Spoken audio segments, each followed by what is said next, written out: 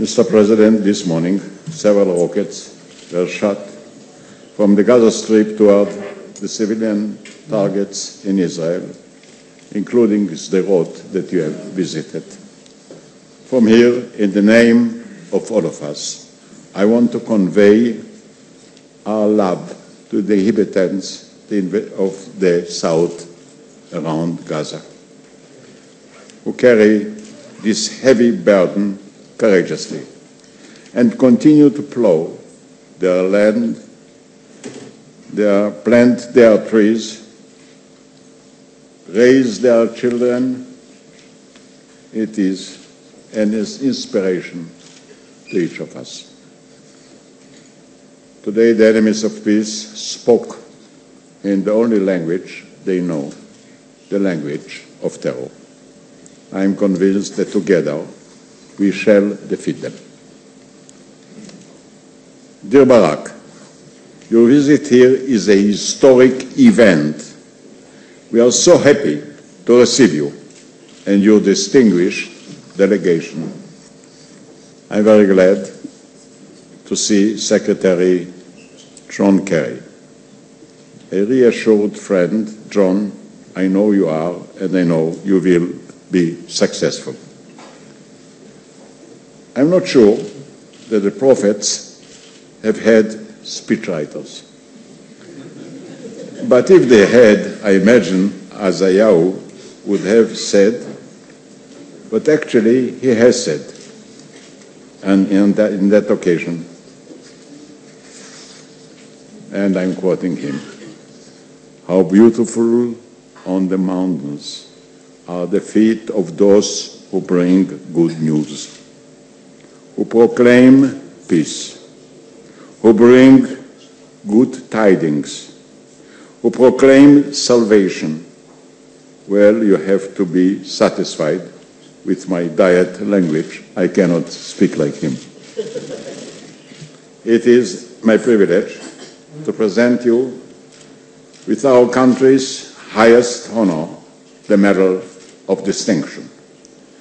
This award speaks to you, to your tireless work to make Israel strong, to make peace possible. Your presidency has given the closest ties between Israel and the United States a new height, a sense of intimacy, a vision for the future. The people of Israel are particularly moved by your unforgettable contribution to their security. You're defending our skies, to your liberation in the domain of intelligence, which is the right way to preempt bloodshed. The diplomatic and the military bonds between us have reached an unprecedented level. When I visit you in Washington, I thought in my heart, America is so great and we are so small. I learned that you don't measure us by size, but by values. Thank you. When it comes to values, we are you and you are us. On occasions, when we were alone, you stood with us. So we were not alone. We were alone together. We shall never forget it. During your previous visit to Israel, you asked me if I had any advice to offer. Well, it's not my nature not to let questions go unanswered. So I suggested that while people say that the future belongs to the young, it is the present that really belongs to the young. Leave the future to me, I have time.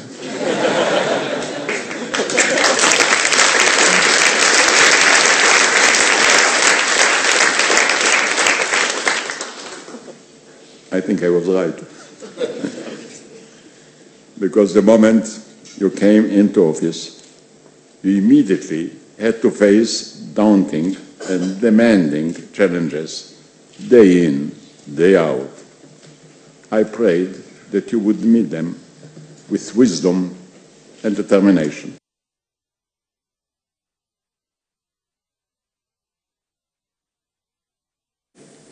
Without losing hope, without allowing others to lose hope.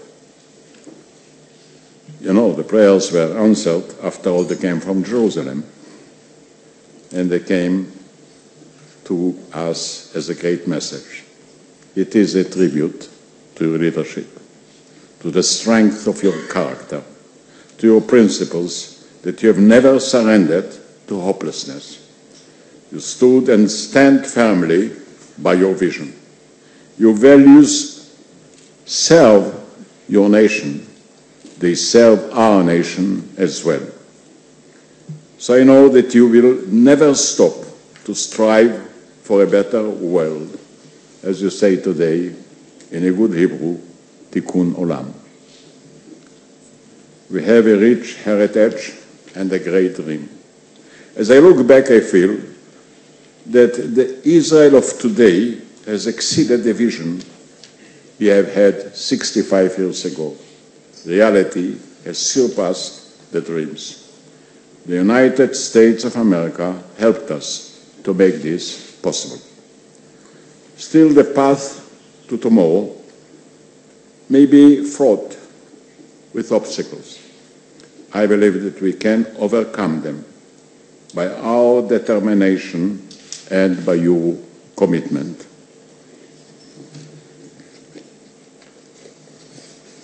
I am convinced that you will do whatever is necessary to free the world's horizons and the skies of Jerusalem from the Iranian threat. Iran denies the Shoah and calls for a new one. Iran is building a nuclear bomb and denies it. The Iranian regime is the greatest danger to the world peace. History has shown time and again that peace, prosperity, and stable civil society cannot flourish when threats and belligerency abound. Ladies and gentlemen, tonight, the Iranian people are celebrating their new year, Nowruz. I wish them, from the depth of my heart, a happy holiday and a real freedom. Israel will seize any opportunity for peace. Being small, we have to maintain our qualitative edge. I know that you responded and will respond to it. The strength of Israel is its defense forces. They afford us the ability to seek peace. And what America has contributed to Israel's security is the best guarantee to end the march of folly, the march of terror and bloodshed. We watch with admiration the way you lead the United States of America, the way you stay true time and again to your bonds of friendship with us. Your commitment and deeds speaks volumes about the principles that guides America to strive for freedom and democracy at home, but also all over the world. You send the boys to fight for the freedom of others. What is uplifting is that the United States brought freedom not only to its own people, but never stops and never will stop to help other people to become free. You represent democracy at its best. You have deepened its meaning, namely, the democracy is not just the right to be equal, but the equal right to be different.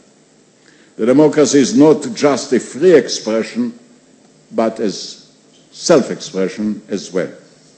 You exemplify the spirit of democracy by striving for justice and equality of opportunity in the American society the world has now become global and yet remains individual, and you offer those principles. You have shown global responsibility and individual sensitivity. On Monday night, Mr. President, we shall celebrate Passover, the festival of freedom, the celebration of spring. The celebration of spring means our journey from the house of slaves to the home of the free. They started more than 3,000 years ago.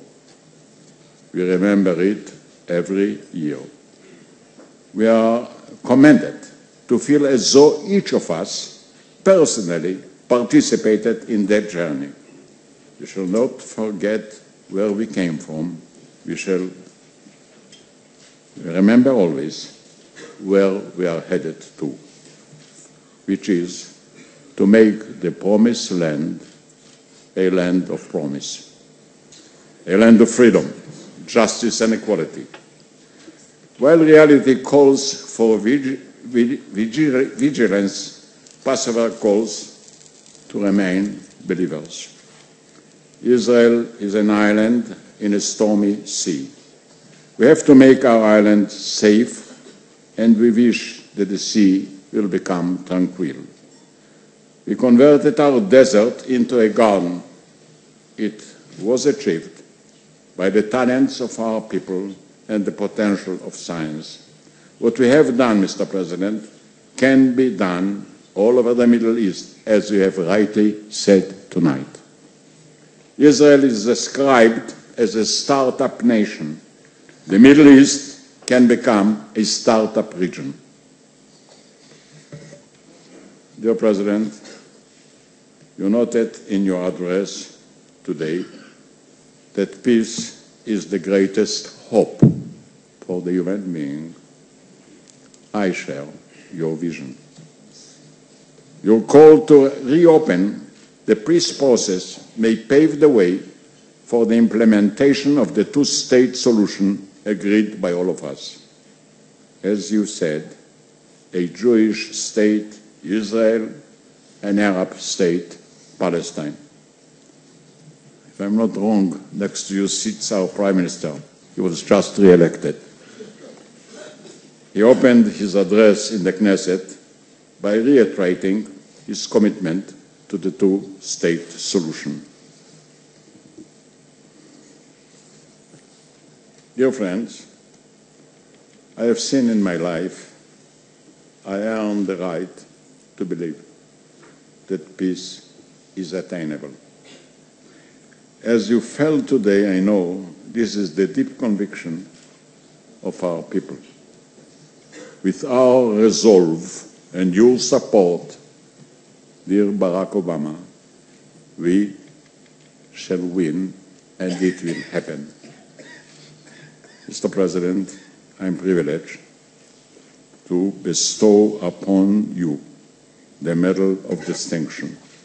It was recommended by a committee of 7 prominent Israeli citizens, headed by our former Chief of Justice, Meir Shamgar, and includes our former President, Yitzhak Navon.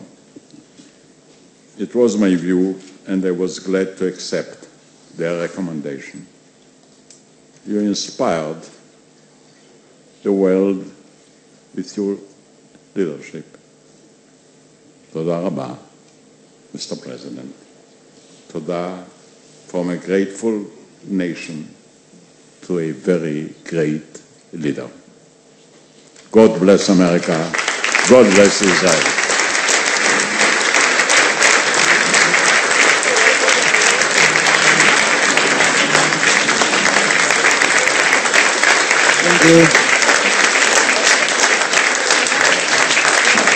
Thank you, President Peres. I now have the privilege to invite the President of the United States of America, the Honorable Barack Obama, to receive the Presidential Award of Distinction from the President of the State of Israel, His Excellency Shimon Peres.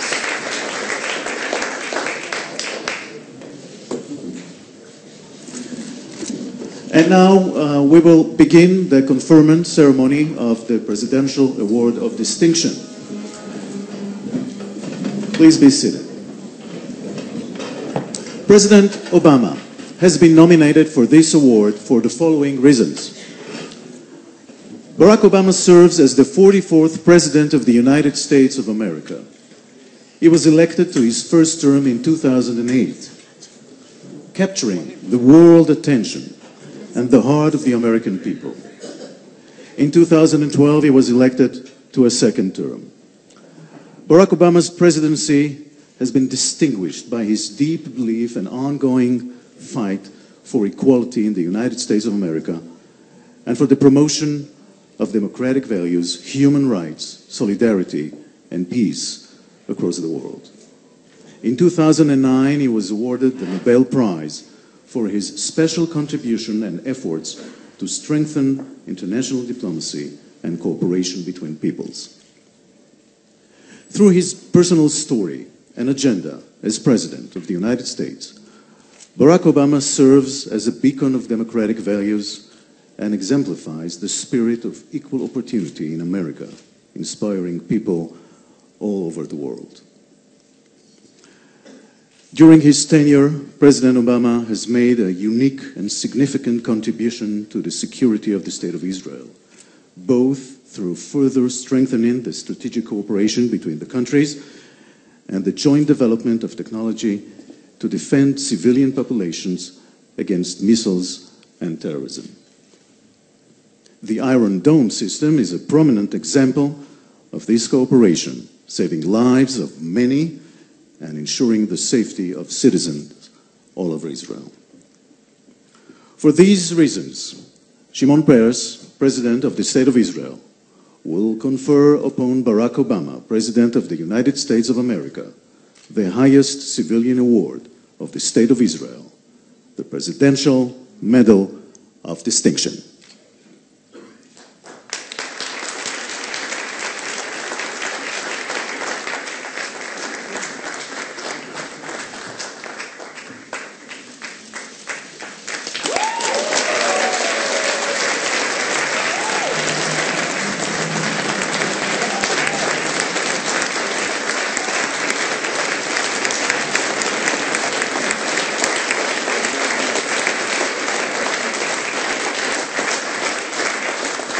Ladies and gentlemen, please raise a glass with the presidents.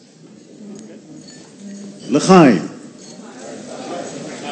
the United States of America, the great President of the United States, the great friend of Israel.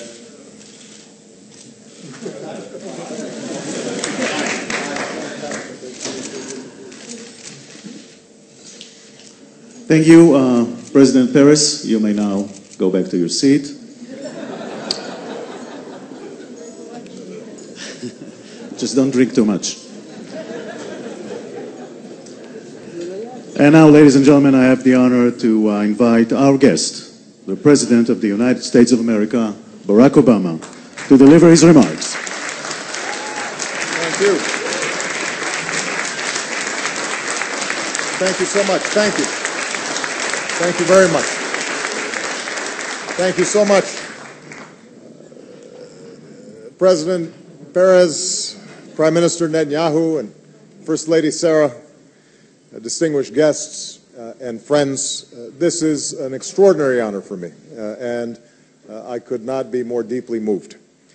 And I have to say, after the incredible welcome I've received over the past 2 days and the warmth of the Israeli people, the tribute from President Peres, the honor of this medal, I mean, as you say, Dayenu.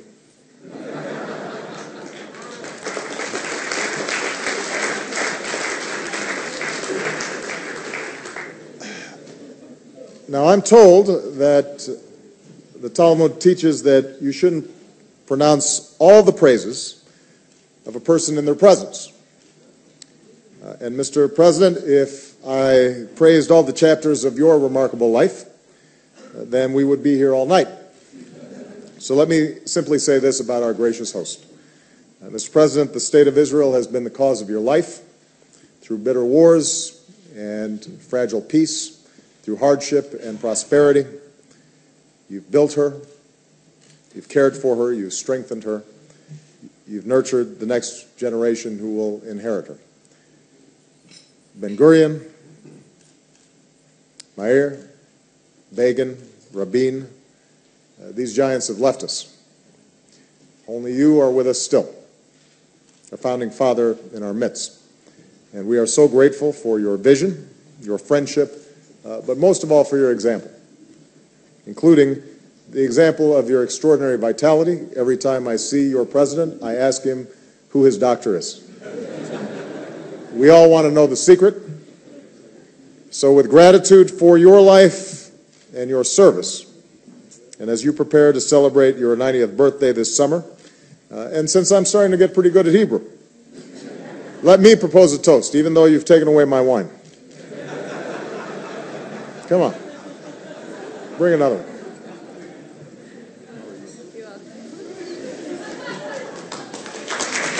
So, a toast, ad mea ve'eshrin. L'chaim.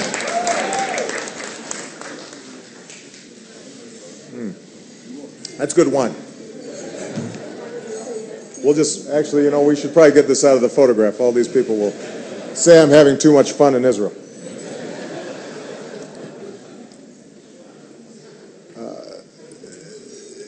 Just a few more words, Mr. President. You mentioned that this medal is presented in recognition of progress towards the ideals of equality and opportunity and justice. But I am mindful that I stand here tonight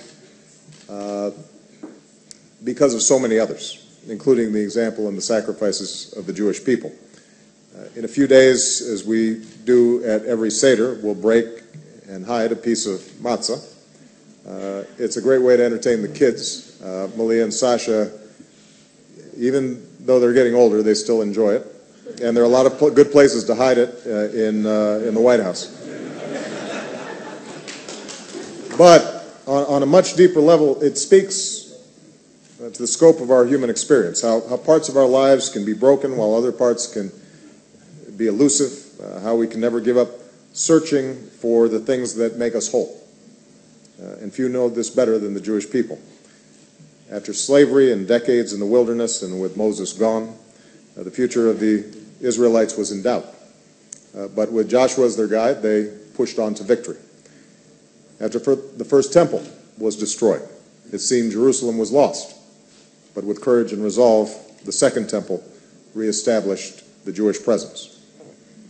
After centuries of persecution and pogroms, the Shoah aimed to eliminate the entire Jewish people. But the gates of the camps flew open. There emerged the ultimate rebuke to hate and to ignorance. Survivors would live and love again. When the moment of Israel's independence was met by aggression on all sides, it was unclear whether this nation would survive. But with heroism and sacrifice, the state of Israel not only endured but thrived. And during 6 days in June and Yom Kippur 1 October, it seemed as though all you had built might be lost, but when the guns fell silent, it was clear the nation of Israel lives. As I said in my speech earlier today, this story, from slavery to salvation, of overcoming even the most overwhelming odds, is a message that's inspired the world. And that includes Jewish Americans, but also African Americans, who have so often had to deal with their own challenges, but with whom you have stood shoulder to shoulder. African Americans and Jewish Americans marched together at Selma and Montgomery, with rabbis carrying the Torah as they walked. They boarded buses for freedom rides together. They bled together. They gave their lives together. Jewish Americans like Andrew Goldman and Michael Schwerner, alongside African American James Chaney. And because of their sacrifice, because of the struggle of generations in both our countries, we can come together tonight in freedom and in security. So if I can paraphrase the psalm, they turned our mourning into dancing, they changed our sackcloths into robes of joy. And this evening I'd like to close with the words of two leaders who brought us some of this joy.